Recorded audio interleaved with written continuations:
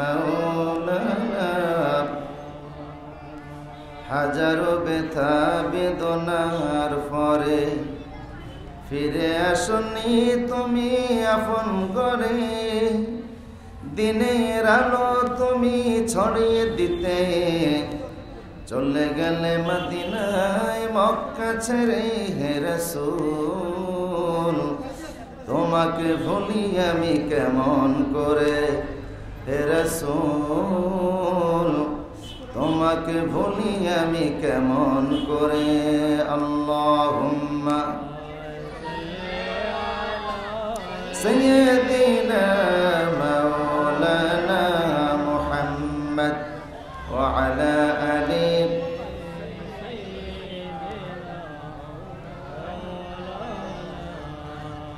খেয়ে না খেয়ে দিন প্রচারের কাজে নিজেকে দিয়েছ বিলিয়ে, তায়েফের কাফেরেরা চিনল না সে আলো, দুষ্ট শিশুদের পিছু দিল লেলিয়ে।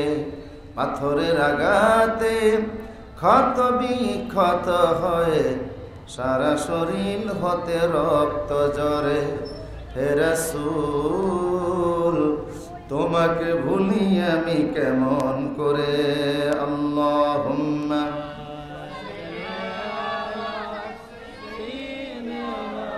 মাওলানা মুহাম্মদ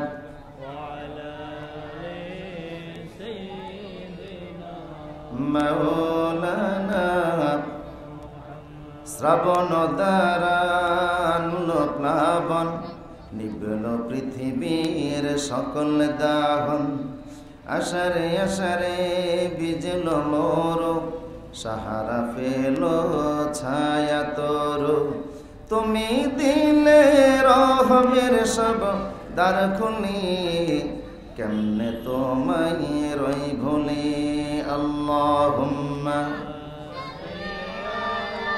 সাইয়্যিদিনা মাওলানা মুহাম্মদ ওয়া আলা আলি সাইয়্যিদিনা মাওলানা মুহাম্মদ। লা ইলাহা ইল্লাল্লাহ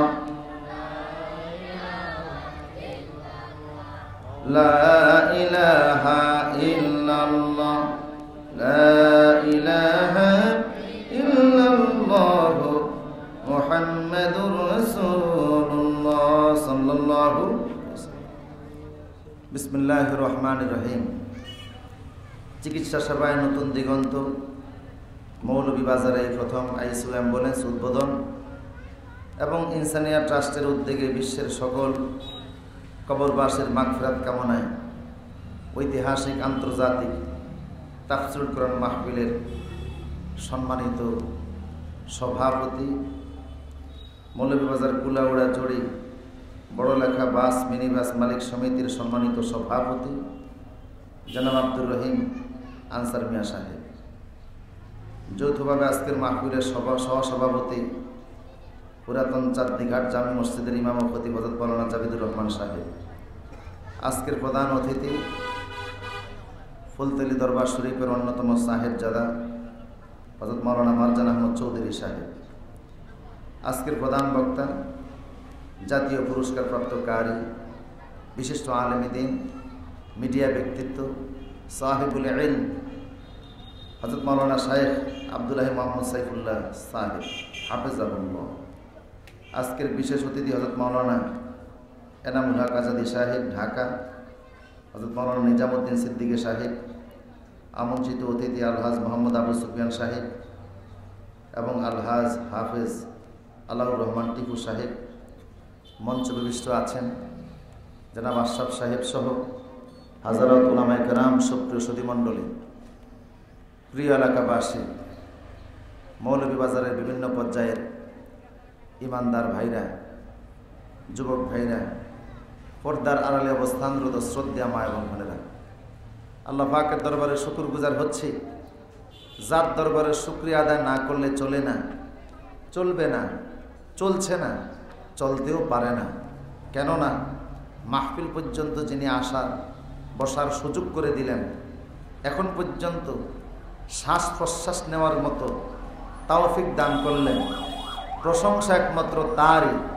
সেই মনিবের দরবারে শুকুর গুজারের নিমিত্তে সকল প্রকার জড়তা, দুর্বলতা, হীনমন্যতা, সংকীর্ণতা, আভিলতা জেরে ফেলে দিয়ে ইমানের বলে বলিয়ান হয়ে হৃদয় অবনত চিত্তে হৃদয়ের সবটুকুন আবেগ উজাড় করে শ্রদ্ধা জড়িত কণ্ঠে বিনয় এবং অত্যন্ত বিনম্রতার সহিত চারদিকের নিস্তব্ধতাকে দূর করে ইথারে ধ্বনিত প্রতিধ্বনিত করে সিংহ শার্দুলের মতো গর্জন মেরে বুক বড়ে আর মুখ বড়ে উচ্চ কণ্ঠে প্রাণ খুলে সমস্বরে সমবেত আওয়াজে একযোগে সকলে পড়ছি আলহামদুলিল্লাহ।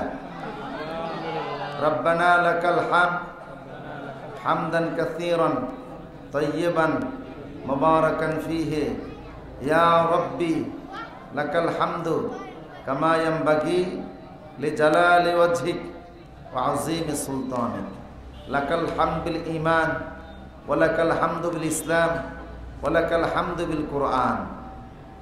লাখ কোটি দুরূদ এবং সালাম আল্লাহর সৃষ্টির প্রধান আকর্ষণ, দুনিয়ার সমস্ত নবী এবং রাসূলদের মাথার মুকুট, বিশ্বসভার সভাপতি, শামসুল হেদায়াত, বদরুদ্দুজা, শাহানশাহে নবুয়ত, নূরে রিসালাত, সাইয়্যিদুস সাকালাইন, সাইয়্যিদুল মুরসালিন, হাবিবিনা শাফিঈনা মাওলানা মুহাম্মদুর রাসূল সাল্লাল্লাহু আলাইহি সাল্লামের উপর যাকে আল্লাহ পাক সর্বশেষ এবং সর্বশ্রেষ্ঠ নবী ও রাসূল বানিয়ে পাঠিয়েছেন। প্রিয় উপস্থিতি, মাইকের আওয়াজ কি আপনাদের কাছে ক্লিয়ার? Sound clear? কথা বোঝা যাচ্ছে তো? মাহফিলে আসতে পেরে আপনারা খুশি না বেজার? অবশ্যই কিছুক্ষণের মধ্যে প্যান্ডেল ভরে যাবে ইনশাআল্লাহ। আপনারা যারাই এসেছেন মেহরবানি করে সামনে আসার জন্য আহ্বান জানাচ্ছি। একটু পিছনের বাইরে কাছাকাছি আসুন, সামনে এসে বসুন। পিছনের জায়গাগুলিকে আমরা খালি রাখি, সামনের জায়গাকে পূরণ করে দিই। 3 জায়গায় কখনো ফাঁকা রাখতে নাই। কয় জায়গায়? 3 জায়গায় ফাঁকা রাখতে নাই। স্বামী স্ত্রীর মাঝখানে ফাঁকা রাখতে নেই, তাহলে মন মালিন্য বাড়বে।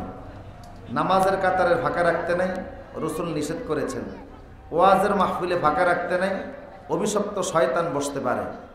এই জন্য আমরা পেছন থেকে সামনে এসে ফাঁকা জায়গাগুলি পূরণ করে আমরা সুন্দরভাবে বসি। আজকের এই বসাকে আল্লাহ কবুল করুন। উচ্চকণ্ঠ বলে আল্লাহু আকবার, আরো জোরে বলি আল্লাহু আকবার। পিছনের ভাইরা সামনে আসেন।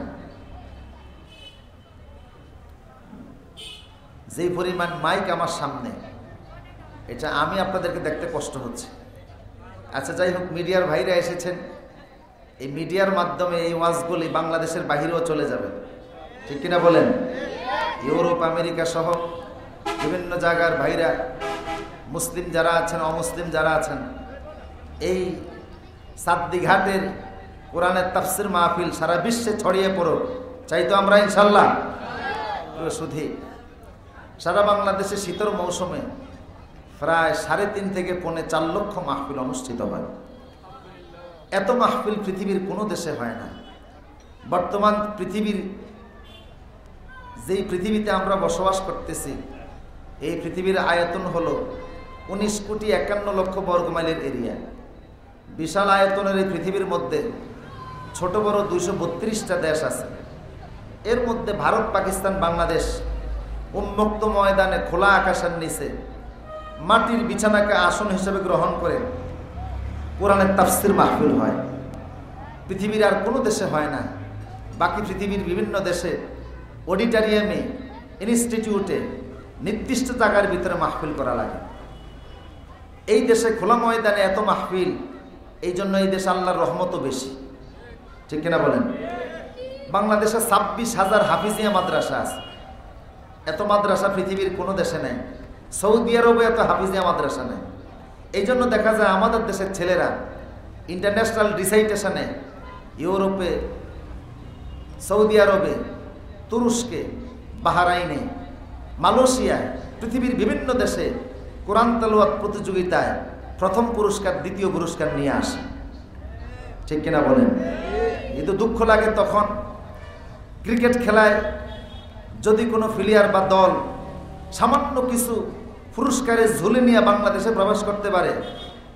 শাহজালাল আন্তর্জাতিক এয়ারপোর্ট থেকে রাষ্ট্রীয় সংবর্ধনা থেকে নিয়ে শুরু করে ব্যক্তি প্রতিষ্ঠান থেকে সংবর্ধনা দেওয়া হয়।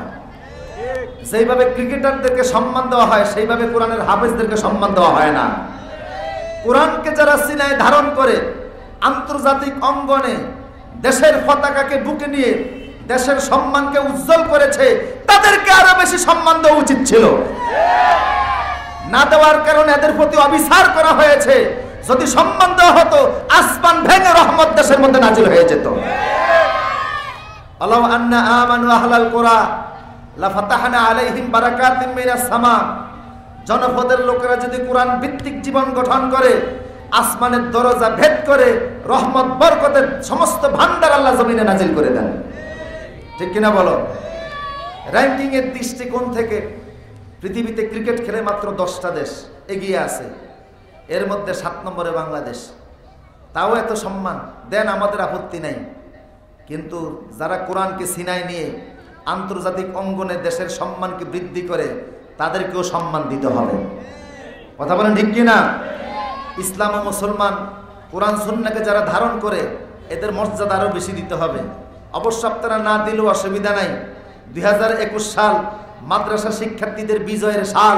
সারা বাংলাদেশের পাবলিক ইউনিভার্সিটিতে, বিশ্ববিদ্যালয়ে, টেক্সটাইল ইউনিভার্সিটিতে, মেডিকেলে, বুয়েটে সবচাইতে সম্মান অর্জন করছে মাদ্রাসা শিক্ষার্থীরা। কথা বলো ঠিক কিনা? তোমাদের 20টা প্রতিষ্ঠান মিলেও ফার্স্ট হতে পারে নাই, দারুন নাজাত সিদ্দিকে কামিল মাদ্রাসার ছেলেরা ফার্স্ট হয়েছে। ঠিক কিনা বলো? সুতরাং করুণায় ছেলেরা যেখানে সময় নষ্ট করে ফেসবুক, ইউটিউব, নানান জায়গায় নিজেদেরকে ভাসিয়ে দিয়েছে, সেখানে মাদ্রাসা শিক্ষার্থীরা লেখাপড়া করে দেশের সম্মানকে নিয়ে আসছে। কথা বলেন ঠিক কিনা? প্রিয় সুধী, এদেশে শুধু 26,000 হাফিজিয়া মাদ্রাসা না, এদেশে লিস্টেড সরকারি আলিয়া মাদ্রাসা আছে 3,500, দিনিয়া মাদ্রাসা আছে 3,000, লিস্টেড আনলিস্টেড আলিয়া মাদ্রাসার সংখ্যা 16,000। এদেশে আছে 56,000 কওমি মাদ্রাসা। পৃথিবীর 18 লক্ষ মসজিদ, তা বাংলাদেশেই 5 লক্ষ। আলহামদুলিল্লাহ বলেন। এই জন্য এই দেশে আল্লাহর রহমত বেশি। কথা বলো ঠিক কিনা?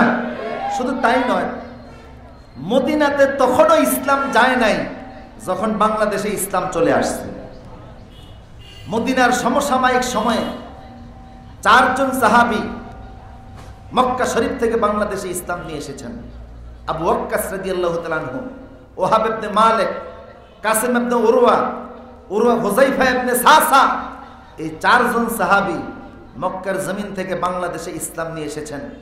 কক্সবাজারের সমুদ্র সৈকত হয়ে, পার্বত্য চট্টগ্রাম হয়ে, কুমিল্লা হয়ে, ঢাকা হয়ে, গাজীপুর হয়ে, টাঙ্গাইল হয়ে, সিরাজগঞ্জ হয়ে, বগুড়া হয়ে উত্তর অঞ্চলে গিয়ে ওনারা ইসলামের পতাকা উড্ডীন করেছেন, মসজিদ প্রতিষ্ঠা করেছেন।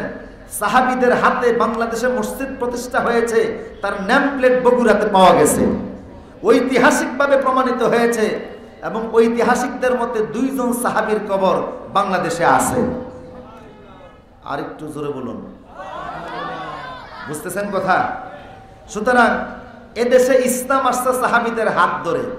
পরবর্তীতে ইখতিয়ার উদ্দিন মোহাম্মদ বখতিয়ার খলজি থেকে নিয়ে শুরু করে আল্লাহর ওলিরা এদেশে ইসলাম নিয়ে আগমন করেছেন। আপনাদের এই সিলেট অঞ্চলকে ধন্য করেছেন শাহজালাল, শাহফরান রহমাতুল্লাহ আলাইহি। চট্টগ্রামকে ধন্য করেছেন শাহ আমানত শাহ, খুলনাকে ধন্য করেছেন খান জাহান আলী রহমাতুল্লাহ আলাইহি, পদ্মা নদীর ওপারে বোয়ালিয়ায় রাজশাহীকে ধন্য করেছেন শাহ মাকদুম রূপোস। পৃথিবীর এই অঞ্চলে আল্লাহর ওলিরা ইসলাম নিয়ে এসেছে। সুতরাং বাংলাদেশের ইসলামের শিকড়, ফাউন্ডেশন অনেক গভীরে। তাই দেখা গেছে এদেশ থেকে যারা ইসলামকে নির্মূল করতে আসছে, তারাই দেশ ছেড়ে পলায়ন করেছে। বাংলাদেশ থেকে ইসলাম নির্মূল করা যায় না। এদেশে ইসলাম ছিল, ইসলাম আছে, ইসলাম থাকবে। ইসলামের সঙ্গে গাদ্দারি করে কেউ ওই জমিনে টিকতে পারবে না। কথা বলো ঠিক কিনা? বরং ইসলামকে রক্ষার জন্য বুকের তাজা রক্ত ঢেলে দেওয়ার মতো হাজারো তৌহিদি জনতা এই দেশে আসে না নাই? কারা কারা আছো হাত তুলে দেখাও।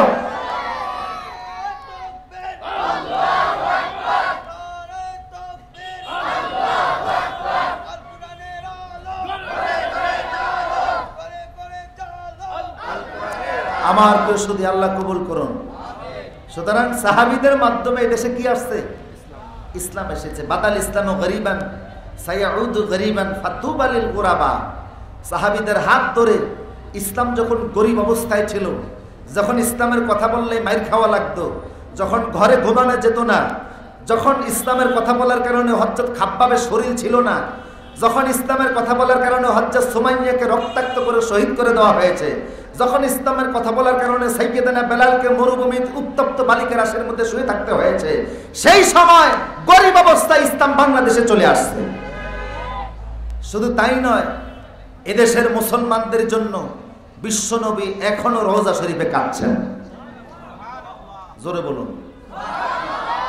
কথাটি আমার নয়, কথাটি ব্রিটিশ বিরোধী আন্দোলনের পুরোদা সৈয়দ হোসেন আহমদ মাদানী রহমাতুল্লাহ আলাইহির বড় ছেলে আরশাদ মাদানী 1994 সাল রাজধানী ঢাকার বুকে লালবাগ মসজিদের সামনে, মাদ্রাসার সামনে দেওবন্দি ছাত্রদের এক ফারেগান অনুষ্ঠানে তিনি বলেছিলেন, উম্মতের অনেক আলেম এক যুগে বিশ্বনবীকে স্বপ্ন দেখেছেন। আর রাসূল বলছেন, মান রাআনি ফি মানামিহি ফাকাদ রাআনি ফা ইন্না শাইতানা লা ইয়াতামাসসালু বি ওয়ালা বিল কাবা। যে ব্যক্তি আমাকে স্বপ্নে দেখলো সে আমাকেই দেখলো। কারণ পৃথিবীর শয়তান পৃথিবীর সকল দৃশ্য, সকল চেহারা, সকল স্থানের ছবি নকল করতে পারে। দুটি জিনিসকে শয়তান নকল করতে পারে না, একটা হচ্ছে বিশ্বনবীর চেহারা, আরেকটা হচ্ছে কাবা শরীফের চেহারা। কাবার ছবি আর রাসূলের চেহারা শয়তান নকল করতে। আর বিশ্বনবী বলেছে, লা তাসতামু উম্মতি আলা দালালা, আমার উম্মতের এক যুগের আলেমরা পথভ্রষ্টতার উপরে ঐক্যমত হবে না। আমার উম্মতের উলামায়ে কেরাম যে কথা বলবে সেটাই হলো সেই যুগের জন্য সমাধান। যদিও এখন আলেমরা অনেক নির্যাতিত, নিরপরাধ আলেমদেরকে কষ্ট দিয়ে কি লাভ হবে? এদের তাহাজ্জুদের চোখের পানি বড় কঠিন, রাতের নামাজের চোখের পানি বড় কঠিন। এদের স্ত্রীরা স্বামী থাকার পরেও বিধবার মতো সংসার করে। এদের মাদ্রাসায় পড়ুয়া সন্তানগুলি কোরআন বুকে নিয়ে চোখের পানি ছেড়ে ছেড়ে কাঁদে। সুতরাং নিরপরাধ আলেমরা দেশের শত্রু নয়, কারোর শত্রু নয়। আলেমরা যদি দুই চারটা কথা বলে কোরআনের স্বার্থেই বলে, কথা বলো ঠিক কিনা? আলেমরা কারোর শত্রু নয়। আলেমরা দেশের অকল্যাণ চায় না, আলেমরা দেশের কল্যাণ চায়। কথা বলো ঠিক কিনা? উম্মতের আলেম এরা দেশের জন্য, ইসলামের জন্য আল্লাহর পক্ষ থেকে নেয়ামত। যে কোনো মানুষের সিনায় আল্লাহ আসমানি আলেম দেন না। কথা বুঝতেছেন কিনা? আল্লাহ পাক বলছেন, ফাসআলু আহলা যিকরি ইন কুনতুম লা তা'লামুন, তোমরা যেটা জানো না ওটা জানার জন্য আলেমদেরকে জিজ্ঞাসা করো। আল্লাহু আকবার। আমার প্রিয় সুদীপ, এতগুলি আলেম রাসূলকে স্বপ্ন দেখলেন যাদেরকে মিথ্যার উপর তহমত দেওয়ার কোনো সুযোগ নাই। বুঝতেছেন কথা? মাইকের আওয়াজ কি ক্লিয়ার আপনাদের কাছে? সাউন্ড বোঝা যায়? প্রিয় সুদীপ, এই আলেমরা এক যুগে রাসূলকে স্বপ্ন দেখলেন। আর রাসূল বলছে কিয়ামতের আগে মুমিনদের শুধু আসমানি নির্দেশনা হিসেবে স্বপ্নটাই বাকি থাকবে। লাম ইয়াবকা মিনান নবুওয়াতি ইল্লাল মুবাশশিরাত, কিয়ামতের আগে শুধু স্বপ্ন থাকবে। স্বপ্নের মাধ্যমে আল্লাহ আলেমদেরকে, নেককার লোকদেরকে আসমানি নির্দেশনা জানাবেন, আসমানি ফয়সালা জানাবেন। নবুয়তের শুধু বাকি থাকবে স্বপ্ন। কি থাকবে বাকি? কথা বলেন, কি থাকবে? সত্য স্বপ্ন, যেটা আল্লাহর পক্ষ থেকে যে স্বপ্ন, এটাই শুধু থাকবে। নবুয়তের অংশ বাকি, আর কিছুই থাকবে না।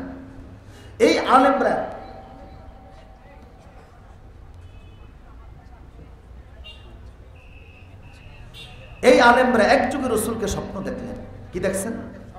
স্বপ্ন দেখেছেন কি? যে আল্লাহ রাসূল কাবা শরীফের পাশে একটা জায়গা আছে, হাতিমে কাবা। এই চতুর্দিকে 1.5 হাত উঁচু একটা দেওয়াল দ্বারা ঢাকা অবস্থায় আছে। সেখানে 17 হাত জায়গা আছে, তার ভিতরে 7 হাত জায়গা কাবার নিজস্ব জায়গা। সেখানে আল্লাহ রাসূল সিজদার মধ্যে পড়ে উম্মতের জন্য কাঁদছেন। উলামায়ে কেরাম স্বপ্নে রাসূলকে জিজ্ঞেস করলেন, হে রাসূল আপনি কেন কাঁদছেন? বললেন, আমি বাংলাদেশি সহজ সরল মুসলমানদের জন্য কাঁদতেছি। জিজ্ঞেস করলেন, হে রাসূল কি হয়েছে? বললেন, এরা সহজ সরল, তাদের কিছু ফিতনা এদের ঈমানকে নষ্ট করতেছে, এই দুঃখে আমি কাঁদছি। 1428 বছরে এদেশে কোনো ফিতনা তৈরি হয় নাই, তবে কিছু বাহিরের ফিতনা এদেশের মানুষের ঈমান নিয়ে সিনেমিনি খেলছে। যত ফিতনা এই দেশে আসছে তার মধ্যে একটা হলো কাদিয়ানি ফিতনা। কথা বলেন, কি ফিতনা? কাদিয়ানি ফিতনা। আরেকটা হলো সাদিয়ানি ফিতনা। আরেকটা হলো বিভিন্ন এনজিওদের ফিতনা, যেটার মাধ্যমে তারা মুসলমানদেরকে অমুসলিম বানানোর ষড়যন্ত্রে লিপ্ত।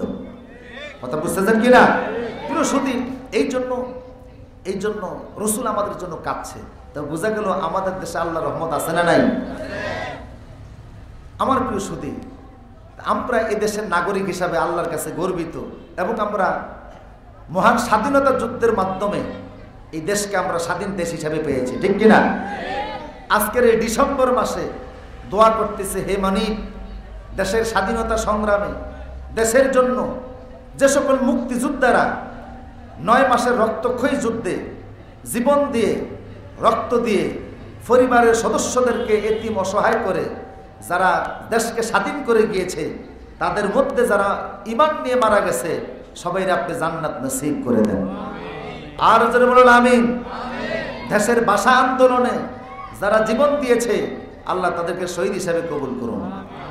আমি ভূমিকার কথা না বলে মূল কথায় প্রবেশ করতে চাই। আপনাদের সামনে আমি সূরা নাহাল থেকে 90 নম্বর আয়াত থেকে তেলাওয়াত করছি। কোন সূরা বলেন? সূরা নাহালের 90 নম্বর আয়াত থেকে আমি তেলাওয়াত করেছি। আল্লাহর কোরআনে 114টা সূরা আছে। কথা কি বোঝা যাচ্ছে? কোরআনে 114টা সূরা আছে, তার ভিতরে সূরা নাহাল একটি অন্যতম সূরা। কোরআনে প্রায় 36টা প্রাণীর কথা আল্লাহ বলছেন, যদিও আমরা জানি প্রাণীর সংখ্যা অনেক, ঠিক কিনা? কথা বলে না? প্রায় 8 মিলিয়ন প্রাণী পৃথিবীতে আছে। কোরআনে আল্লাহ 36টা প্রাণীর কথা বলছেন। এর মধ্যে 5টা প্রাণীর নামে আল্লাহ 5টা সূরা দান করছেন। সবচেয়ে বড় প্রাণী হাতি, তার নামে সূরা আছে না নাই? সূরা ফিল, সূরা বাকারা, গাভীর নামে সূরা, সূরা আনকাবুত, মাকড়সার নামে সূরা, সূরা নামাল, ফিফরান নামে সূরা, সূরা নাহাল, মৌমাছির নামে সূরা। সুবহানাল্লাহ বলবেন না? ছোট্ট প্রাণী পিঁপড়া থেকে নিয়ে শুরু করে বড় প্রাণী হাতির নামে আল্লাহ সূরা দিলেন। বোঝা গেল মাঝখানে যা আছে সব অন্তর্ভুক্ত হয়ে গেছে। কথা বলে না? আমি যেই সূরা থেকে কথা বলবো এটা প্রাণীর নামে সূরা, সূরাতুন নামল। হ্যাঁ, কোনটা? সূরাতুন নাহাল, মৌমাছির নামে সূরা। এই সূরার 90 নম্বর আয়াত থেকে তেলাওয়াত করছি। যে কোনো আয়াতের তাফসীর করার অন্যতম মূলনীতি হচ্ছে সেই আয়াতের বা সূরার যদি কোনো শানে নজুল থাকে সেটা আগে উল্লেখ করে দেওয়া।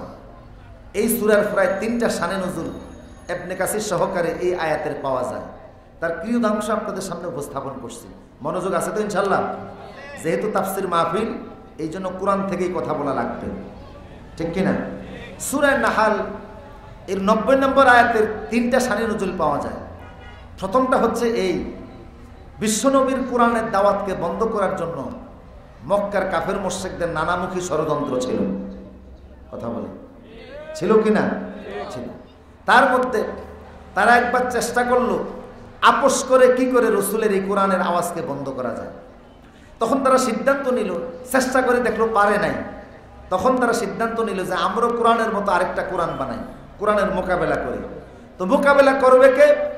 তৎকালীন সমাজের সবচেয়ে বড় যিনি কবি ছিলেন তার নাম ছিল ওয়ালিদ ইবনে মুগীরা।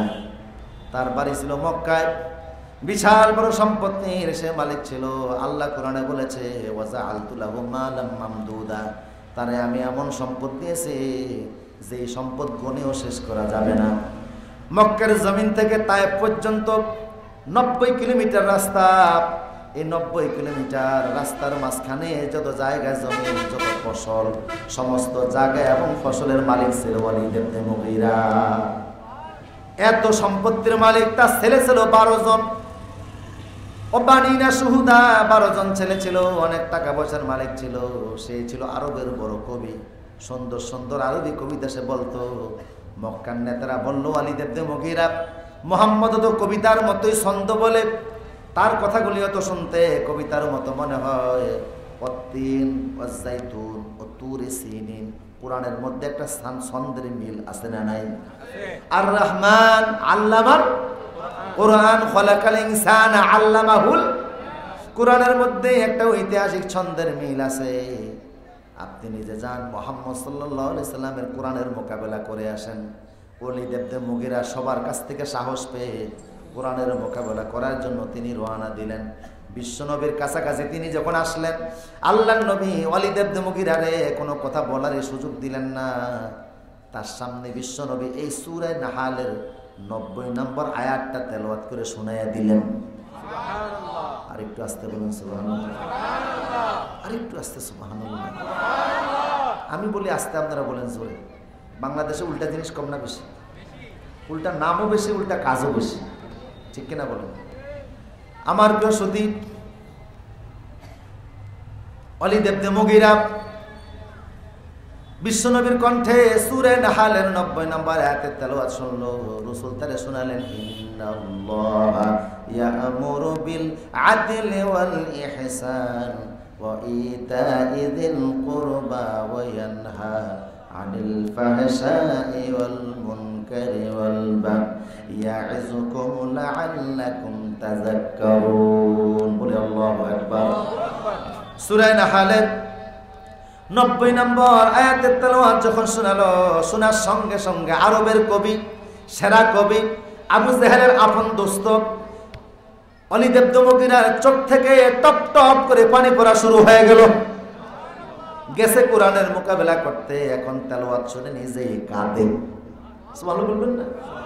নিজেই কাঁদতেছে, চোখ থেকে পানি বের হচ্ছে। রাসূলুল্লাহ তেলাওয়াত করেছে, যার উপর কোরআন নাজিল হয়েছে তিনি তেলাওয়াত করেন, তাইলে তেলাওয়াত কত মধুর ছিল, কথা বলেন না? যার উপর কোরআন নাজিল হয়েছে তার কণ্ঠে তেলাওয়াত, এত সুন্দর তেলাওয়াত তো কারোর হওয়ার কথা। পৃথিবীর যত মানুষ যত সুর দিয়ে কণ্ঠ দিয়ে কোরআন তেলাওয়াত করুক না কেন, রাসূলের চাইতে মধুর হওয়ার কথা। বিশ্বনবী যার উপর কোরআন এসেছে, ওয়া আমিনু বিমা নুজিলা আলা মুহাম্মদ ওয়া হুয়াল হাক্কু মির রাব্বিহিম, সেই নবী নিজের কণ্ঠে তেলাওয়াত করলেন। ওয়ালিদ ইবনে মুগীরার চোখ থেকে দরদর করে পানি পড়া শুরু হয়ে গেল। সে নিজে বলছে, মুহাম্মদ আপনি কি শোনালেন? ইবনে কাসির লিখেন, তেলাওয়াত শোনার পর ওয়ালিদ ইবনে মুগীরা যেই কথাগুলি বলছে, সে বলছে, ইন্না লাহু লাহালাওয়া ওয়া ইন্না লাহু লাতালাওয়া ওয়া ইন্না লাহু লামুরিক ওয়া ইন্না আলাহু লামুসমির লাইসা হাযা কালামুল বাশার। জোরে বলুন আল্লাহু আকবার। ওয়ালিদ ইবনে মুগীরা বলছে, মুহাম্মদ আপনি কি শুনিয়েছেন? ইন্না লাহু লাহালাওয়া, এটা তো মিষ্টির মতো, হালুয়ার মতো, শুধু শুনতেই মন চায়। মিষ্টি যেমন খাইতে মন চায়, এই কোরআন শুধু শুনতেই মন চায়। দেখুন তো, সূরা ফাতিহা দিয়া 40 বছর 50 বছর ফজর নামাজ, যোহর নামাজ, মাগরিব এশা পড়েছেন, কোনোদিন বিরক্তি আসছে নাকি? কথা বলে না? একটা গান আপনি যত শুনেন, এই যে কাঁচা বাদাম এখন বের হয়েছে, সারা দেশের কণ্ঠে আছে না নাই? কি জানি বাজা বাদাম খাইতে বেছে না, উনি কাঁচা বাদাম বেছে। একবার বলছেন, 2 বার বলছেন, 10 বার বলছেন, এরপরে কে এটা শুনতে মন চায়? যত সুরের যত কণ্ঠেরই গান হোক না কেন, 2, 4, 5, 10 বার শোনার পরে বা 50 বার শোনার পরে এটার প্রতি আর টেস্ট থাকে না, স্বাদ থাকে না, বিরক্তি চলে আসে, ঠিক কিনা বলেন? কেউ বলতে চাইলেও বাধা দেয়, আর কত বলবি, হ্যাঁ। কিন্তু কোরআন 40 বছর 50 বছর একই সূরা ফাতিহা দিয়া পড়তেছেন, কোনোদিন বিরক্তি আসছে? এর স্বাদ কোনোদিন শেষ হবে না। আল্লাহু আকবার। ইন্না লাহু লাহালাওয়া, মুহাম্মদ আপনি কি শুনিয়েছেন? এটা হালুয়ার মতো, হালুয়া যেমন খাইতে মন চায়, এটা শুধু শুনতেই মন চায়। ওয়া ইন্না লাহু লাতালাওয়া, এটার ফাউন্ডেশন, এটার অনেক মজবুত। আমার মনে হচ্ছে কিছুদিনের মধ্যে এই কোরআন তার পত্র পল্লবে, শাখায় প্রশাখায় সারা পৃথিবীতে এমনভাবে বিস্তৃত হয়ে পড়বে, ছড়িয়ে পড়বে, কোরআনকে কেউ আটকাতে পারবে না। তা হয়েছে কিনা?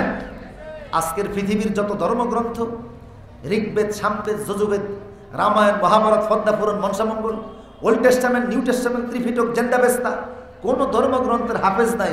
কোরআনের হাফেজের সংখ্যা 6 কোটির উপরে। মসজিদের মধ্যে ঢুকলেই কিছু সূরা এমনিতেই সিনায় মুখস্থ হয়ে যায়, আল্লাহ উপহার হিসেবে দিয়ে দেন। কথা বলেন ঠিক কিনা? আমার প্রিয় শুধু আল্লাহ বলছেন ওয়ালাকাদ ইয়াসসারনাল কুরআনা লিযিকরি ফাহাল মিন মুদ্দাকির, এই কোরআনকে আমি আল্লাহ তোমরা যেন মুখস্থ করতে পারো সেই জন্য সহজভাবে নাজিল করে দিয়েছি। ওয়ালিদ ইবনে মুগীরা রাসূলের প্রশ্নের জবাব দিতে পারলেন না, উল্টা চোখ থেকে পানি বের করে রাসূলের কণ্ঠের তেলাওয়াত শুনে প্রশংসা করে তিনি চলে আসলেন। তার মতে কোরআনের মোকাবেলা করার মতো পৃথিবীর কারোর ক্ষমতা। সে এটাও বলল এই কোরআন এটা কোনো মানুষের কথা নয়, লাইসা হাযা কালামুল বাশার, এটা কোনো মানুষের কথা নয়, এটা হলো আল্লাহর কথা। ইমানের কাছাকাছি গেছে কিনা? কথা বলে না। চলে আসতে আবু জেহেলের কাছে। আবু জেহেল তো ভারী দুষ্ট মানুষ। আসার পরে বলতেছে আবু জেহেল আমি যেই কথা শুনে আসছি এটা আল্লাহর কথা, কাজেই এই কোরআনের মোকাবেলা করার মতো ক্ষমতা পৃথিবীর কারণ নেই। আবু জেহেল বলল আপনি নেতা মানুষ, আপনি যদি এই কথা বলেন তাইলে তো আমরা কারে কি বুঝ দেব? এটা বলা যাবে না, তাইলে তো অনুসারীদেরকে রাখতে পারবো না। ততদিনে রসুলের হাতে কালেমা পড়ে মক্কায় 450 লোক মুসলমান হয়ে গেছে। আবু জেহেল যখন দেখলো ওয়ালিদ ইবনে মুগীরা দিয়ে রসুলের মোকাবেলা করা যায় না, তখন সে ভিন্ন পরিকল্পনা করলো। মনোযোগ আসেনি আপনাদের? কথা কি বোঝা যায়? ওয়ালিদ ইবনে মুগীরাকে দিয়ে রসুলের কোরআনের মোকাবেলা করতে পারছে? পারে না। এখন সে ভিন্ন পরিকল্পনা করছে। মক্কা একটা কবরস্থান আছে, এখনো আছে, আমি নিজে দেখছি, ঐতিহাসিক 1500 বছর আগেকার পুরাতন কবরস্থান। এই কবর থেকে কিছু সে মৃত মানুষের হাড্ডি নিয়ে আসছে, নিয়ে এসে এই হাড্ডিগুলোকে এইভাবে করে আঙ্গুল দিয়ে চেপে চেপে এইভাবে করে টিপে সমস্ত হাড্ডিগুলেন গুঁড়া করে দিয়ে বলতেছে কি করে মুহাম্মদ সাল্লাল্লাহু আলাইহি ওয়াসাল্লামের আল্লাহ পরকালে মানুষকে জিন্দা করবে আমার বুঝে আসে না। একদিক দিয়ে পারে না, এখন আরেক দিক দিয়ে ঢুকছে। কথা বুঝেন না মনে হয়? সে বলল যে মক্কায় দিন দিন তার অনুসারী বাড়তেছে, ইসলামের অনুসারী বাড়তেছে। মোহাম্মদ একটা ভয় দেখায় সব মানুষের ইসলাম কবুল করায়। ভয় হলো সে বুঝায় সমস্ত মানুষকে কিয়ামতে নাকি মোহাম্মদের আল্লাহ তুলবে, বিচার করবে। কি করে এটা আমার বুঝে আসতেছে না। এই যে মৃত মানুষের হাড্ডি আঙ্গুল দিয়া হাতের মধ্যে রেখে ভিসে ফেললাম, এই মৃত হাড় থেকে কি করে মানুষকে আল্লাহ জিন্দা করবেন? আল্লাহ পারবেন কিনা? কথা বলে পারবেন কিনা? আল্লাহ বলছে শুধু পারবো না, বালা কাদিরিনা আলা আন নুসাব্বিয়া বানানা। প্রথম জীবনে আঙ্গুলের ছাপ যেই রকম ছিল, বর্তমান পৃথিবীর ইমিগ্রেশনে এয়ারপোর্টে ভোটার আইডিতে জন্ম নিবন্ধনে সব জায়গায় ফিঙ্গারপ্রিন্ট আছে না নাই? পৃথিবীর কারোর ফিঙ্গারপ্রিন্টের সাথে কারোরটার মিল হবে না। আল্লাহু আকবার। 1880 সালে সর্বপ্রথম থাইল্যান্ডের অ্যানাটমি বিভাগের অধ্যাপক ডক্টর তাকাতাস স্যার ফ্রান্সিস গোল্ড আবিষ্কার করছেন মানুষের ফিঙ্গারপ্রিন্ট একজনের সাথে আরেকজনেরটার মিল নাই। কোরআন বলছে 1500 বছর আগে এই ফিঙ্গারপ্রিন্ট। আল্লাহ বললেন প্রথম জীবনে ফিঙ্গারপ্রিন্ট যেমন ছিল, আখিরাতে যখন কবর থেকে উঠাবো সেই সময় ফিঙ্গারপ্রিন্ট একই রকম থাকবে। এখানে 153টা রেখা আছে। কয়টা? কথা বলে না, দেখেন বই না। অবশ্য মাইক্রোস্কোপ যন্ত্র ছাড়া মনে হয় দেখা যাবে না, এত সূক্ষ্ম জিনিস। এইখানে কারোরটার সাথে কারোর কোনো মিল নেই। সুবহানাল্লাহ বলবেন না? প্রসূতি আল্লাহ কেমনে তুলবেন? আল্লাহর একটা হিসাব আছে। কোরআন বুখারী শরীফের হাদিস, রাসূল বলছে ওয়া আবলা কুল্লা শাইইন মিনাল ইনসানি ইল্লা আযবাজ জানাব ফিহি রাকামুল খালক। প্রত্যেক মানুষ যখন মরে যাবে, পচে যাবে, গলে যাবে। এই যে ভারতের প্রধান সেনাপতি মারা গেলেন রাওয়াত বিপিন, ওনারও কিন্তু আগুন দ্বারা পোড়াবে। কথা বলুন ঠিক কিনা? যারা আগুন দিয়ে পোড়ানো হোক, অথবা বাঘে খেয়ে ফেলুক, সাপে কেটে ফেলুক, মাটি হয়ে যাক। ইন্দোনেশিয়া থেকে বিমান যাচ্ছিল চীনের দিকে, আন্দামান দ্বীপে আসার পরে বিমানটা ক্র্যাশ হয়ে গেছে। একটা মানুষ তো পায় নাই, কারোর শরীরে জামা কাপড়ও পায় নাই, জুতা পর্যন্ত পায় নাই, চোখে দেওয়ার চশমা পায় নাই, তবে পানি খাওয়ার, চা খাওয়ার পেয়ালা পাওয়া গেছে। 150 অধিক যাত্রী ছিল, সবগুলি মানুষ আকাশে পুড়ে গেছে, ছাই হয়ে গেছে, কারোর দেহ পাওয়া যায় না। রাসূল বলে যে যেভাবে মারা যাক, প্রত্যেকটা মানুষের মেরুদণ্ডের নিচে, প্রত্যেক মানুষের পিঠের মধ্যে মেরুদণ্ড আছে। আছে না নাই? আছে বিদায় আপনি বসতে পারতেছেন, ঠিক কিনা? মেডিকেলের লোক কিন্তু আমার পাশে বসা। মেরুদণ্ড আছে বিদায় আপনি বসার সুযোগ পাচ্ছেন। মেরুদণ্ডের নিচে ছোট্ট একটা হাড্ডি আছে, ত্রিকোণ বিশিষ্ট। এই হাড্ডির ভিতরে আল্লাহর একটা পাসওয়ার্ড নাম্বার আছে। মোবাইলে যেমন পাসওয়ার্ড থাকে, যে কোনো জিনিসকে সেভ করার জন্য যেমন পাসওয়ার্ড ব্যবহার করেন, পাসওয়ার্ড মানে হচ্ছে এটারে কেউ মালিক ছাড়া আর কেউ এটারে নকল করতে কথা বলে না। হ্যাঁ, কক্সিস এটার মধ্যে একটা পাসওয়ার্ড নাম্বার আছে কক্সিসের মধ্যে। এই কক্সিস দিয়ে কিয়ামতে সমস্ত মানুষকে আল্লাহ তুলে ফেলবেন। আর একটু জোরে বলুন।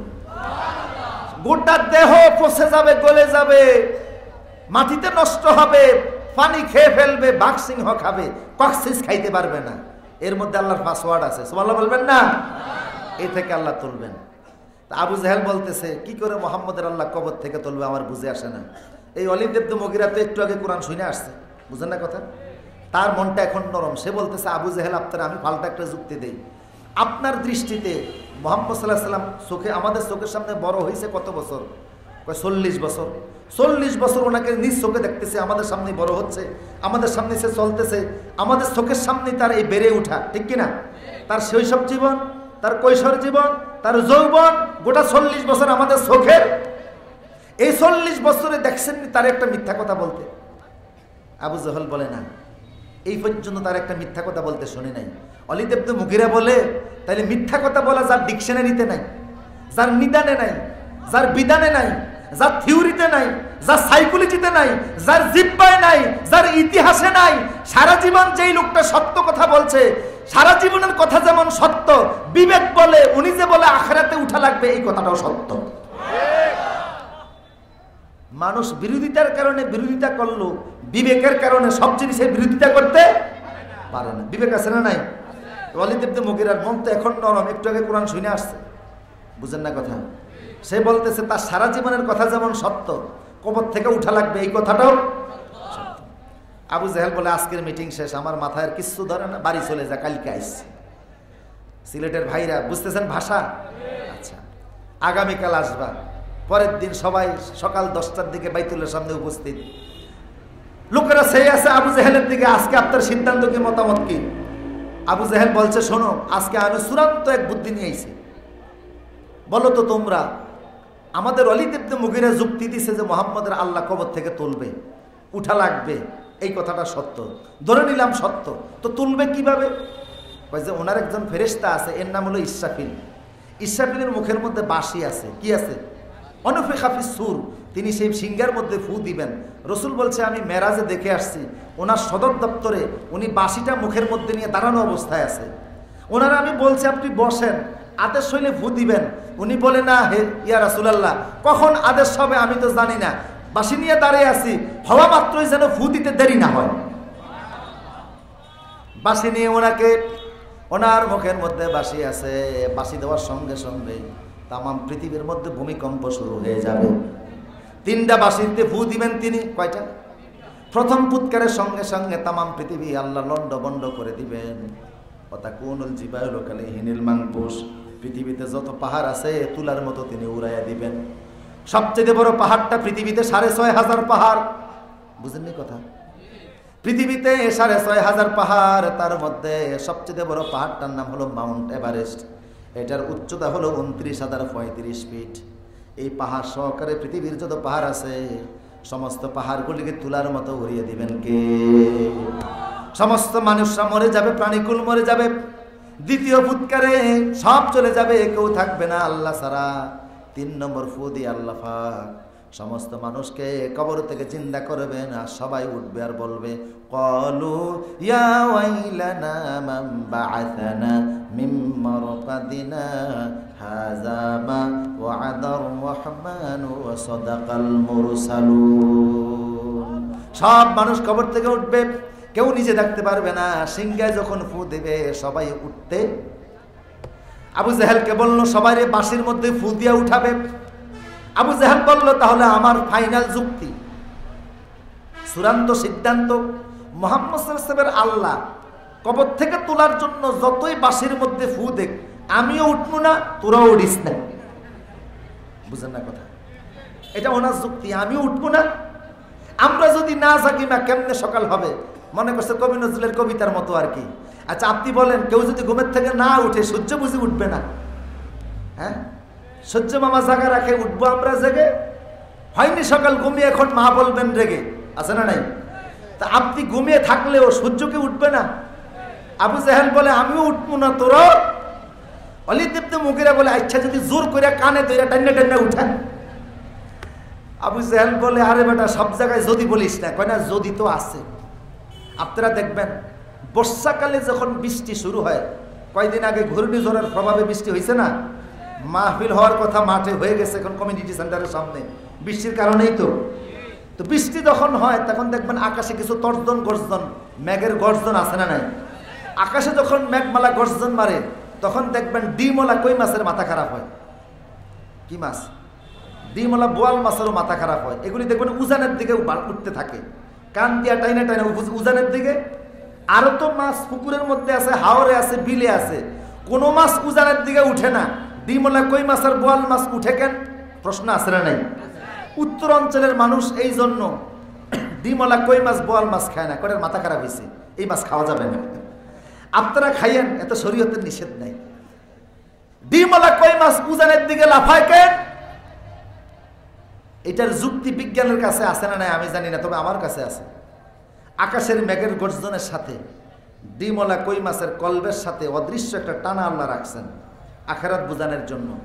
ডিমলা বোয়াল মাছেরও কলবের সাথে আকাশের মেঘের গর্জনের টানা একটা আল্লাহ রাখছেন আখেরাত বোঝানোর জন্য। মেঘের গর্জন শুরু হলে যেমন ডিমলা কই মাছ লাফিয়ে লাফিয়ে উঠে, প্রত্যেকটা মানুষের কক্সিসের সাথে মেরুদণ্ডের নিচের যে হাড্ডি কবরের মধ্যে থাকবে, এটারে কোনোদিন কেউ আগুনে পুড়ে শেষ করতে পারবে না, এটারে কেউ নষ্ট করতে পারবে না। প্রত্যেকটা মানুষের এই কক্সিসের মাধ্যমে কবরে আল্লাহ দেহ তৈরি করে দিবেন। ইসরাফিল যখন সিংহায় ফু দিবে, ওই বাঁশির আওয়াজ যখন কলবের মধ্যে গিয়ে ডাক ফুসবে, প্রত্যেকটা মানুষ আপন আপন জায়গা থেকে লাফিয়ে লাফিয়ে উঠতে থাকবে। বাঁশির ফুৎকারের সাথে সাথে সবাই কবর থেকে আপন আপন জায়গা থেকে লাফ দিয়া উঠবে, কারোর ভিতরে থাকার কোনো সুযোগ নাই। বুঝে আসছে কথা? ওয়ালিদ ইবনে মুগীরা এই যুক্তি দিল। আবু জাহেল কয় আজকের মিটিংও শেষ, মাথায় আর কিছু ধরে না, চলে গেছে সে বাড়ি। লোকেরা জিজ্ঞেস করলো এখন আমাদের করণীয় কি? কয় আগামীকাল আইসো, চূড়ান্ত ডিসিশন দেব। আগামীকাল আসবে। সবাই চলে গেল চূড়ান্ত সিদ্ধান্তের জন্য, সবাই অপেক্ষায় বসে আছে। পরের দিন সকাল 10টায় সবাই বাইতুল্লাহর সামনে আসছে। মিস্টার আবু জাহেল সেও আসবে। সবাই তার চেহারার দিকে তাকিয়ে আছে। আবু জাহেল চলে আসলো। সবাই বলল আবু জাহেল আজকে কি সিদ্ধান্ত নিয়ে আপনি এসেছেন? আপনার কি পরিকল্পনা? আবু জাহেল বলল আমার সিদ্ধান্ত একটাই, আমি বহুত চিন্তা করে দেখেছি, কবর থেকে যদি তোমাদের যুক্তি অনুযায়ী মুহাম্মদ সাল্লাল্লাহু আলাইহি ওয়াসাল্লামের আল্লাহ কবর থেকে যদি বাঁশিতে ফু দিয়ে উঠায়, তো আমার সিদ্ধান্ত একটা আছে। বুঝলেন না কথা? যদি মুহাম্মদ সাল্লাল্লাহু আলাইহি ওয়াসাল্লামের আল্লাহ উঠায়, আমি সিদ্ধান্তটা নিয়ে ফেলছি। কোরআন কি শুধু তোমরা একা পড়ো? আমি আবু জাহেল বুঝি পড়ি না, আমিও পড়ি। কোরআনের এক আয়াতের মধ্যে আছে আলাইহা তিসআতা আশার। কোরআনের বলা আছে যে জাহান্নামের ফেরেশতা মাত্র 19 জন। কতজন? কয় যদি একান্ত কবর থেকে আমাদেরকে টাইনা টাইনা উঠাই, তাইলে আমি উঠবো, অসুবিধা নাই। জাহান্নামের ফেরেশতা মাত্র 19 জন। 19 জন ফেরেশতারে সাইজ করতে আর কি লাগবে? আমি এক হাতে নিব 5 জন, আর এক হাতে 5 জন, 2 হাত দিয়া দইরা জায়গায় উঠাইয়া জায়গায় আসার মাইরা 10 ফেরেশতা এক জায়গায় শেষ করবো। তোমরা গোটা মক্কার জাতি মিল্লা বাকি 9 জন শেষ করবা। ওয়ালিদ ইবনে মুগীরা বলছে আচ্ছা ফেরেশতা যে আপনি হাত দিয়া আপনি দেখছেন? কয় না তা তো দেখি না। কয় হায় হায় সর্বনাশ তো ওই জায়গায় করছে। মুহাম্মদ সাল্লাল্লাহু আলাইহি ওয়াসাল্লামকে বলতে শুনছি জিবরাইল ওনার কাছে আসে, ওয়ালাহুম মিয়াতু সিত্তু জানাহিন, যার 600 ডানা আছে, যে মাঝে মধ্যে এমন আকৃতি নিয়ে আসে, মাথা থাকে আকাশে, পা থাকে জমিনে। আরো জোরে বলুন বিশাল আকৃতির ফেরেশতা, তার ডানাই আছে 600। একটা ডানা মেলে দিলে পৃথিবীর পূর্ব থেকে পশ্চিম পর্যন্ত আকাশটা ঢেকে যায়। আল্লাহু আকবার। আর উনি আকাশ শেষ করতে চায় কয়জন?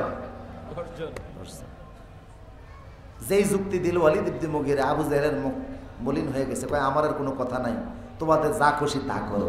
ফাবুহিতাল্লাযী কাফার। কোরআনের যুক্তির সামনে কোনো কাফের যুক্তি টিকে না। কথা বলে ঠিক কিনা? প্রিয় সুধী, আবু জাহেল চলে গেলেন। তো ওয়ালিদ ইবনে মুগীরার কথা বলছিলাম, সেই কোরআন শোনার পরে কি বলছে যে এটা মিষ্টির মতো, হালুয়ার মতো, এটা শুনতেই মন চায়। তো সূরা নাহালের 90 নম্বর আয়াত শুনে তার চোখ থেকে পানি বের হয়েছে কিনা? কথা বলে না। তাই বুঝা গেল এইটা এমন একটা আয়াত যেটা শুনলে চোখ থেকে পানি বের হয়। বুঝা গেল এই আয়াতের মধ্যে যেন আল্লাহ কি বলছেন ওইটাও বুঝার দরকার আছে না নাই? তা বুঝার আগে আরেকটা শানে নজুল বলছি, মনোযোগ আসেনি আপনাদের? কথা কি বোঝা যাচ্ছে? আরেকটা শানে নজুল শুনুন। আমি আগেই বলেছি এই সূরার তিনটা, এই আয়াতের তিনটা শানে নজুল পাওয়া যায়, মানে প্রেক্ষাপট পাওয়া যায়। যেই প্রেক্ষাপটে আয়াতকে আল্লাহ নাজিল করেছেন, যেই ঘটনার আলোকে আল্লাহ আয়াত নাজিল করেছেন, এই প্রেক্ষাপটগুলি জানলে আয়াতের মর্ম বোঝা সহজ হয়ে যায়। এই আয়াতের আরেকটা প্রেক্ষাপট হলো মক্কার জমিনে বিশ্বনবী যখন ইসলামের দাওয়াত দিচ্ছেন, কোরআনের দাওয়াত দিচ্ছেন, হাদিসের দাওয়াত দিচ্ছেন, চতুর্দিকে যখন মক্কা বিজয়ের পরে ইসলামের সংবাদ পৌঁছে গেল, ওই সময় মক্কার পার্শ্ববর্তী একটা এলাকার মানুষেরা, তাদের নেতার নাম ছিল আকসাম ইবনে সাইফি। তিনি ওই এলাকার নেতা, সমাজের নেতা, সবার নেতা। কিভাবে যেন তার কানের মধ্যে ইসলামের আওয়াজ পড়ছে, সুবহানাল্লাহ বলবেন না? ওই সময় ছিল গোত্রভিত্তিক সমাজ ব্যবস্থা। নেতা যেই দিকে, কর্মীরাও সেই দিকে। আকসাম ইবনে সাইফি ইসলামের প্রতি তার ভালোবাসা তৈরি হয়ে গেছে, ইসলামের প্রতি তার মহাব্বত তৈরি হয়ে গেছে, ইসলামের প্রতি তার অনুরাগ তৈরি হয়েছে। সে চিন্তা করলো বিশ্বনবীর সঙ্গে সে দেখা করবে। স্থানীয় নেতাকর্মী, এলাকাবাসী যারা ছিল সবাই নিয়ে এসে মিটিং ডেকেছে। সবাই রে বলল মুহাম্মদ সাল্লাল্লাহু আলাইহি সাল্লামের সঙ্গে আমি দেখা করে তোমরা কি বলো? লোকেরা বলল আপনার মতো এত বড় নেতা, বাবা নাই মা নাই, এতিম ছেলে মুহাম্মদ, তার সঙ্গে যদি দেখা করেন তো তার মর্যাদা তো আরো বাড়বে, সে আটকানো হয়ে যাবে, সে নিজের দামি মনে করবে, ওয়েটেবল মনে করবে, সম্মানী মনে করবে। আপনার মতো নেতা, তার সঙ্গে সাক্ষাৎ করা মানায় না, আপনি যাইয়েন না। কথা বুঝতেছেন না আপনারা? বুঝা যায়? নেতা আসতে চায় রসুলের সঙ্গে সাক্ষাৎ করতে, আর এলাকাবাসী বাধা দিচ্ছে, আপনি যাবেন না। আপনি নিজে না গিয়ে আপনার প্রতিনিধি পাঠান। দেখেন না প্রতিনিধিরা গিয়া কি আপনি যেই প্রশ্ন করবেন, প্রতিনিধিরা যায় সেই প্রশ্ন করে জবাব নিয়ে আসুক, তারপরে আমরা সিদ্ধান্ত নেব কি করা যায়। এই নেতা আকসাম ইবনে সাইফি, আমি কিন্তু 90 নম্বর আয়াতের নাহালের ব্যাখ্যা দিচ্ছি, মনোযোগ আসেনি আপনাদের? এই আকসাম ইবনে সাইফি নিজে গেলেন না, স্থানীয় লোকদের বাধায়। তো তিনি দুইজন প্রতিনিধি তৈরি করলেন। এই স্থানীয় লোকদের পরামর্শে আবু জেহেল বলল, এই আকসাম ইবনে সাইফি বলল, দুইজন নেতা দাও, আমার প্রতিনিধি দাও, যাদের কাছে আমি আমার প্রশ্নগুলি দিয়ে দিব, এর আগে জিজ্ঞেস করে অ্যান্সার নিয়ে আসবে। কথা কি বুঝতেছেন?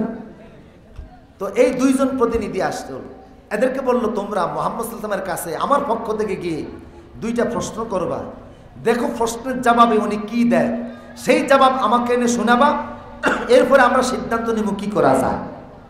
তো বললো প্রশ্নে শিখিয়ে দেন। সে যে বলল তোমরা যে মুহাম্মদ সাল্লাল্লাহু আলাইহি ওয়াসাল্লামকে দুইটা প্রশ্ন করবা। 1 নম্বর প্রশ্ন করবা মান আনতা, আপনি কে, আপনার পরিচয় কি।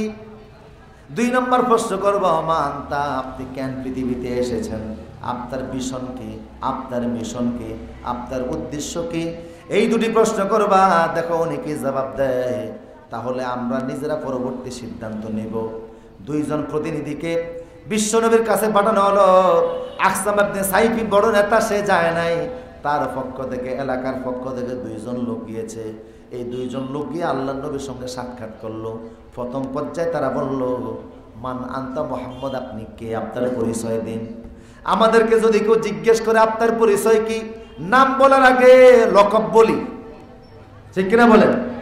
অনেক পরিচয় দিয়ে আমি হাজি, আমি গাজী, আমি চৌধুরী, আমি অমক প্রতিষ্ঠানে আছি, আমার এত এত সম্মান আছে, এত এত প্রতিষ্ঠান আছে, এরকম বলে কিনা? কিন্তু বিশ্বনবী সাদা মাটা অ্যান্সার করতেন।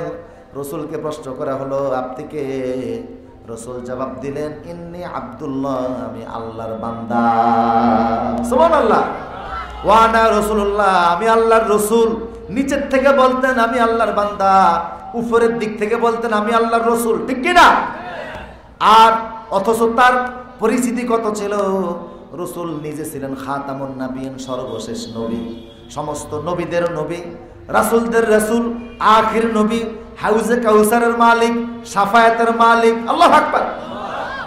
এক হাদিসে আসছে আল্লাহ বলছেন, ও নবী আনা মালিক ইয়াউমিদ্দিন ওয়া আনতা সাহিবু ইয়াউমিদ্দিন।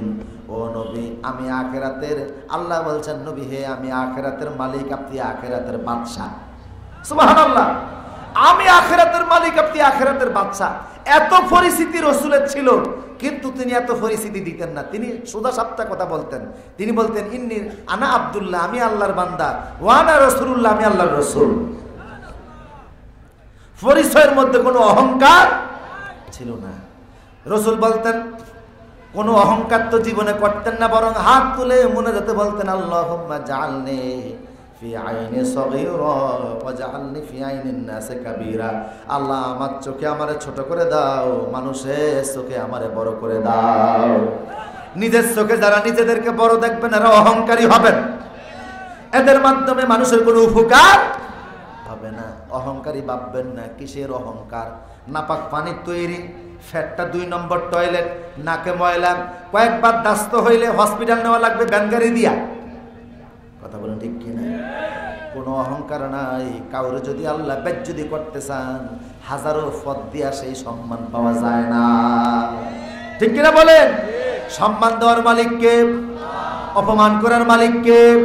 অত ইজ্জু মান তাশা অত জিল্লু মান তাশা বিয়াদিকাল খায়র। সম্মান আল্লাহর হাতে, বেজ্জতিটাও আল্লাহর হাতে। আল্লাহর নবী কখনো অহংকার করতেন না, বরং তিনি বলতেন আনা আব্দুল্লাহ, আমি আল্লাহর বান্দা। এত সুন্দর ছিলেন বিশ্ব নবী, জীবনে সৌন্দর্যের কথাও বলেন নাই। রাসূলের চাইতে সুন্দর জমিনে কিছুই ছিল না, কিন্তু কোনোদিন বলেন নাই যে আমি এত সুন্দর। জান্নাতের মধ্যে রাসূলের চাইতে সুন্দর কিছুই নাই। আল্লাহু আকবার। সৌন্দর্যটাকে আরবিতে বলে জামাল। কি বলে? কথা বোঝা যাচ্ছে না? সৌন্দর্যকে আরবিতে কি বলে? জামাল। জামাল মানে সৌন্দর্য। এই সৌন্দর্যটাকে আল্লাহ 100 ভাগ করছেন। কত ভাগ? 100 ভাগকে করার পরে 100 ভাগের 1 ভাগকে আবার 2 ভাগ করে অর্ধেকটা সৌন্দর্য দ্বারা আল্লাহ ইউসুফ নবীরে তৈরি করছেন। সেই ইউসুফ নবীর সৌন্দর্য দেখে জলেকা সাথীরা, কোরআনে আছে সূরা ইউসুফে, ফল কাটার পরিবর্তে ওনার রূপ দেখা আঙ্গুল কেটে ফেলছে। ঠিক কিনা? ফল কাটতে যে কি কাটছে? আঙ্গুল কেটে ফেলেছে ওনার সৌন্দর্য দেখে। 100 ভাগের 1 ভাগকে 2 ভাগ করে অর্ধেক সৌন্দর্য ইউসুফ নবীকে আল্লাহ দিয়েছেন, এতে আঙ্গুল কেটে ফেলেছে। আর বাকি অর্ধেক সৌন্দর্য আল্লাহ তামাম বিশ্বের মানুষের মাঝে বন্টন করে দিয়েছেন। এই সৌন্দর্য আপনিও পাইছেন, আমিও পাইছি, আরব দেশের লোকেরাও পাইছে, মিশরের লোকেরাও পাইছে, ইউরোপের লোকেরাও পাইছে, আমেরিকার লোকেরাও। এই গেল 100 ভাগের 1 ভাগ সৌন্দর্যের বন্টন নীতিমালা। বাকি 99 ভাগ সৌন্দর্য দ্বারা আল্লাহ মুহাম্মদ সাল্লাল্লাহু আলাইহি সাল্লামকে তৈরি করছেন। এবার বলেন রাসূলের সৌন্দর্যের কোনো তুলনা চলে? কথা বলেন না। চলে? লাইসা বিতাইলিল বাইন ওয়ালা বিল কাসির ওয়ালা বিল আবিয়াজিল আমহাক। কত সুন্দর তিনি ছিলেন। খুব লম্বা ছিলেন না, আবার বেটিও ছিলেন না। তবে রাসূলুল্লাহ যত লম্বা মানুষের মাঝখানে তিনি বসতেন, সবার চাইতে ওনাকে উঁচু মনে হতো। চেহারার রং ছিল এত সুন্দর, দুধের মধ্যে আলতা মিশালে যে রং হয়, সেই রং ছিল রাসূলের চেহারার কালার। রাসূলের চেহারাই দেখে কত কাফের কালেমা মুসলমান হয়েছে তার কোনো হিসাব নেই। আল্লাহু আকবার। কি করে রাসূলকে বুঝাই? লা ইউমকিনু সানাআ কামা কানা হাক্কাহু। রাসূলের হক আদায় করে কথা বলার মতো যোগ্যতা পৃথিবীর কোনো আলেমের নাই। ঠিক কিনা বলেন? অথচ তিনি সাদামাটা পরিচয় দিতেন, বলতেন আনা আব্দুল্লাহ, আমি আল্লাহর বান্দা। নিচের থেকে বলতেন আনা আব্দুল্লাহ, উপরের থেকে বলতেন আনা রাসূলুল্লাহ, আমি আল্লাহর রাসূল। আকসাম ইবনে সাইফির পাঠানো প্রতিনিধি দলকে রাসূল প্রথম পরিচয় দিলেন আমি আল্লাহর রাসূল। দ্বিতীয় পরিচিতি তারা জানতে চাইল আপনি কেন আসছেন, পৃথিবীতে আপনার আসার কারণ কি, আপনার মিশন কি, আপনার মিশন কি, কেন আপনি আসছেন। ওই কেন আমি এসেছি এই কথাটা জানাবার জন্য বিশ্বনবী সূরা নাহালের 90 নম্বর আয়াত তেলাওয়াত করে শোনায়া দিলেন। আল্লাহ রাসূল শোনালেন, শোনো আমি কেন আসছি। ইন্নাল্লাহা ইয়া'মুরু বিল আদলি ওয়াল ইহসান ওয়া ইতাইযিল কুরবা ওয়া ইয়ানহা আনিল ফাহশাই ওয়াল মুনকারি ওয়াল বাগই ইয়া'যুকুম লা'আল্লাকুম তাযাক্কারুন। এই আয়াত শোনানোর সঙ্গে সঙ্গে প্রতিনিধি দলের 2 জনের চোখ থেকে টপ টপ করে পানি পড়া শুরু হয়ে গেল। তারা তো আরবের লোক, কোরআনের গ্রামাটিক্যাল তারা জানে, ভাষা জানে, বর্ণনা জানে, শব্দ বিন্যাস জানে। যখন আয়াত শুনলো চোখ থেকে পানি পড়া শুরু হয়ে গেল। আল্লাহু আকবার। তারা বলছে মুহাম্মদ কি শোনালেন? এই 90 নম্বর আয়াতটা আবার একটু শোনান। দ্বিতীয়বার শুনতে চাইল বিশ্বনবীর দ্বিতীয়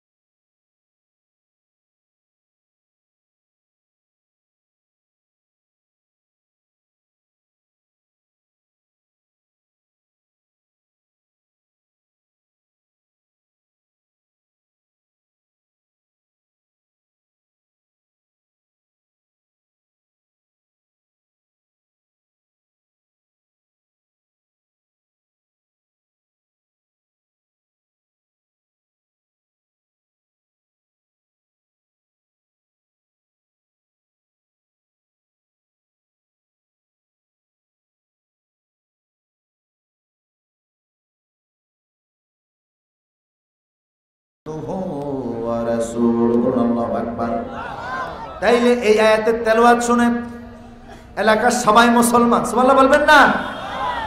তাইলে আয়াতটা কত গুরুত্বপূর্ণ, ঠিক কিনা বলেন? মুফাসসিরদের মতে 30 পারা কোরআনের 6666 আয়াত বা 6236 আয়াত সংখ্যা যাই বলেন, পুরা কোরআন নাজিল না হয়ে যদি সূরা নাহালের 90 নম্বর আয়াতটা নাজিল হতো, এটাই মানব গোষ্ঠীর হেদায়েতের জন্য যথেষ্ট ছিল, আইন হিসেবে যথেষ্ট ছিল। দুইটা সাড়ে নজুল বলছি, আরেকটা বলতে পারতেছি না, আমার সময় হলো 8:30 পর্যন্ত, আর 2 থেকে 1.5 মিনিট বাকি আছে। এখন আমি জবনিকা টানতেছি। আয়াতের সাড়ে নজুল বলছি, ব্যাখ্যায় ঢুকার কোনো সুযোগ আপাতত নাই। যেহেতু ওলামায়ে কেরাম আসছে, সবার সময় নির্ধারিত, সময় অনুযায়ী সবাই কথা বলবেন, সময়ের প্রতি সম্মান রেখেই আমরা কথা বলতে হবে। হ্যাঁ, এখনই চলে আসবে, কষ্ট হচ্ছে না তো আপনাদের? আমার দিকে তাকান তো। আসতেছে আচ্ছা, পুরো সদি 90 নম্বর আয়াত কোন সূরা? কোন সূরা?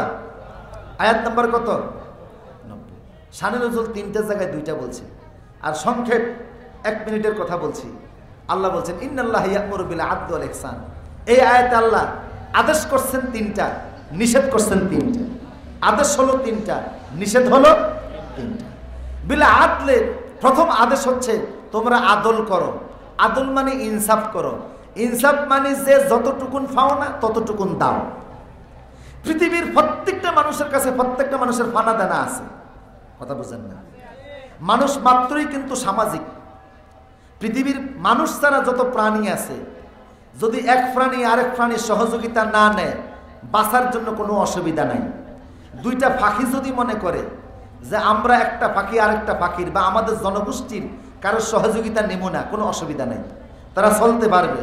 যে কোনো প্রাণী একজন আরেকজনের সহযোগিতা ছাড়া বাঁচতে পারবে। একমাত্র মানুষ একজন আরেকজনের সহযোগিতা ছাড়া 1 সেকেন্ডের জন্য অচল। কথা বুঝতেছেন কিনা? আমার মাথায় যে টুপি দেখতে পাচ্ছেন, এই টুপির সুতা তৈরি করে আমি নিজে নিজে মাথায় দিয়ে আসছি না, আমার মাথা পর্যন্ত টুপি আসতে বহু মানুষের সহযোগিতা আছে, বহু মানুষের। আমার গায়ে যে জুব্বা আছে, এই জুব্বাটা সুতা তৈরি করে আমি নিজে বানিয়ে গায়ে দিয়ে আসছি না, আমার শরীর পর্যন্ত আসতে বহু মানুষের সহযোগিতা আছে। আমার কাছে যে মোবাইলটা আছে, এই মোবাইলের এই প্যাকেট ভিতরে যা আছে, সিম, এটার নেট, এটার ভিতরে যত কিছু আছে, এইটা সব আমি তৈরি কইরা আমি নিজে বানিয়ে নিয়ে আসছি না, আমার হাত পর্যন্ত এই মোবাইল আসতে বহু মানুষের কি আছে। এরকম ভাবে আপনি যে ভাত খান, নিজে নিজে চাউল তৈরি করে, নিজে নিজে জ্বালা বানায়া, ক্ষেতের মধ্যে গাছ লাগাইয়া, সেই গাছ থেকে ধান থেকে চাউল বানায়া, ওই চাউল রান্না করে নিজে নিজে একলা সব কাজ করা যায় না অন্য মানুষের সহযোগিতা লাগে? যেহেতু মানুষ একজন আরেকজনের সহযোগিতা ছাড়া এক মুহূর্তে অচল, তাই মানুষ মাত্রই সামাজিক। কথা বুঝতেছেন কিনা? প্রত্যেকের কাছে প্রত্যেকের কি আছে? ফানা দানা আছে। আপনি বাবা হলে সন্তানের পানা আছে, সন্তান হলে বাবার পানা আছে, শিক্ষক হলে ছাত্রের পানা আছে, ছাত্র হলে শিক্ষকের পানা আছে, ইমাম হলে মুসল্লির পানা আছে, মুসল্লি হলে ইমামের পানা আছে, স্বামী হলে স্ত্রীর পাওনা আছে, স্ত্রী হলে স্বামীর পাওনা আছে। কথা বলার আছে না নাই? সরকারের কাছে জনগণের পাওনা, জনগণের কাছে প্রত্যেকের কি আছে? পানা দেনা আছে। যার যার কাছে যার যার পানা দেনা ঠিকঠাক মতো দিয়া দিলে শান্তি, আর দেয় নাই বিদায় পৃথিবীতে এত অশান্তি। কথা বুঝতেছেন কিনা? স্বামী হিসাবে স্ত্রীর পাওনা আদায় করে না, স্ত্রী হিসাবে স্বামীর পাওনা আদায় করে না, ছেলে হিসাবে বাবার পাওনা আদায় করে না, বাবা হিসাবে ছেলের পাওনা আদায় করে না, শ্রমিক হিসাবে মালিকের পাওনা আদায় করে না, মালিক হিসাবে শ্রমিকের পাওনা আদায় করে না। যার যার পাওনা দেয় না ঠিকঠাক মতো দেয় নাই বিদায় পৃথিবীতে কি অশান্তি। যদি দিয়া দিত তাইলে শান্তি। বুঝেন না মনে হয় কথা? আজকের পৃথিবীতে যে মারামারি, কাটাকাটি, হানাহানি, কেন? প্রত্যেকের পাওনা প্রত্যেকে ঠিকঠাক মতো আদায় করে না। বুঝেন না কথা? প্রথম পাওনা হচ্ছে আল্লাহ। আল্লাহ আমাদের কিছু কিছু পাওনা দেনা আছে না নেই? আমরাও আল্লাহর কাছে পাবো। আল্লাহ আমাদের কাছে দুটি জিনিস পাওনা। কটা জিনিস? বুঝেন না মনে হয় কথা আপনারা? তাফসীর কি বোঝা যায়? আল্লাহ আমাদের কাছে দুটি জিনিস পাওনা। কয়টা? দুইটা। এক নম্বর হচ্ছে আমরা ইবাদত করব আল্লাহ, আর কারোর ইবাদত করা, আনতা আবুদাল্লাহ, আল্লাহর ইবাদত করতে হবে। দুই নম্বর পাওনা হচ্ছে ওয়ালা তুশরিকু বিহি শাইআ, আল্লাহর সাথে শিরিক করা যাবে না। এই আল্লাহর পাওনা কয়টা? দুইটা। ইবাদত করতে হবে, দাসত্ব করতে হবে আল্লাহর, আর দাসত্বের সাথে কোনো শিরিক করা দুই নম্বর পাওনা। আর এই দুইটা পাওনা আল্লাহ আমাদের কাছে। আমরা আল্লাহর কাছে কি পাবো? শিরিক মুক্ত ইবাদত যদি করি আল্লাহ আমাদেরকে জান্নাত দিয়ে দিবেন। আরো জোরে বলুন।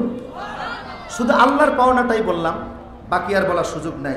এখন আমি জবনিকা টানতেছি, অসমাপ্ত তাফসীর রয়ে গেল। মূল কথা হচ্ছে আপনাদের এই এলাকার কৃতি সন্তান আব্দুল নূর মোহন ভাই, সবাই চিনেন তো ওনারে? কথা বলেন, চিনেন? আমাদের সাথে ওনার পরিচয় অনেক আগের থেকে মিডিয়ার মাধ্যমে। এই এলাকার কৃতি সন্তান, সুদূর লন্ডনে তিনি, গ্রেট ব্রিটেনে সেখানে থাকেন, বা সারা বাংলাদেশ সহ সারা বিশ্বে ইসলামের কিছু খেদমত তিনি করেন। এটা আপনারা জানেন তো ইনশাল্লাহ। মানব কল্যাণে, মানুষের উপকারে ইনসানিয়া ট্রাস্ট তিনি প্রতিষ্ঠা করেছেন। এটা সাতপুর জেলার আমি আহ্বায়কের দায়িত্ব পালন করতেছি। সারা দেশের আলেমরা ওনাকে ভালোবাসেন, মোহাব্বত করেন। মানুষের মনে কষ্ট দিয়েছেন এমন কথা আমরা জানি না, কিন্তু বহু মানুষের উপকার করছেন এমন হাজারো রেকর্ড আছে না নাই? ওনার আব্বা, ওনার গোটা পরিবার, ওনার সাথে যারা আছে সবাই মিলে এই মাহফিল শুধু নয়, মাহফিল অঙ্গনের বাইরে, আপনাদের চোখের দেখার বাইরে, আপনাদের জানার বাইরে উনি এনে খেদমতগুলি করে। এই জন্য আজকে আমরা এসেছি, উনি সহ এখানে যারা আছে সবার জন্য দোয়া করতে রাজি আছেন তো? ওনার আম্মা মারা গেছে আপনারা জানেন তো, কিন্তু উনি যখন দোয়া চান শুধু মার জন্য একক দোয়া চান না, তিনি বলেন সারা বিশ্বের সমস্ত মূর্তিগানের জন্য, কবরবাসী যারা আছে, আমার মতো এতিম যারা আছে। উনি মা ভক্ত একজন সন্তান, মার এন্তেকালের আগে শুধু ওনার সাথে কথা বলে গেছে এবং মা দোয়াও করছে। উনি মার জন্য সবসময় দোয়া চাইতেন, চিকিৎসা কোনো ত্রুটি করেন নাই। যখন কারোর কাছে দোয়া চান বলেন শুধু আমার আম্মা না, সারা বিশ্বের মানুষের জন্য দোয়া করবেন। উম্মত মুহাম্মদের যারা কবরে চলে গেছে তাদের জন্য দোয়া করুন, বড় মনের পরিচয় দেন। কথা বলেন ঠিক কিনা? আজকে আমরা সেই দোয়া করে যাচ্ছি, আমি এখনই দোয়া করতেছি। আল্লাহুম্মা আমিন। লা ইলাহা ইল্লাল্লাহু ওয়াহদাহু লা শারীকা লাহু লাহুল মুলকু ওয়া লাহুল হামদ ইউহয়ী ওয়া ইউমীতু ওয়া হুয়া আলা কুল্লি শাইইন কাদির। আল্লাহুম্মা লা মানি'a লিমা আতাইতা ওয়া লা মু'তিয়া লিমা মানআত ওয়া লা ইয়ানফু যাল জাদ্দি মিনকাল জাদ।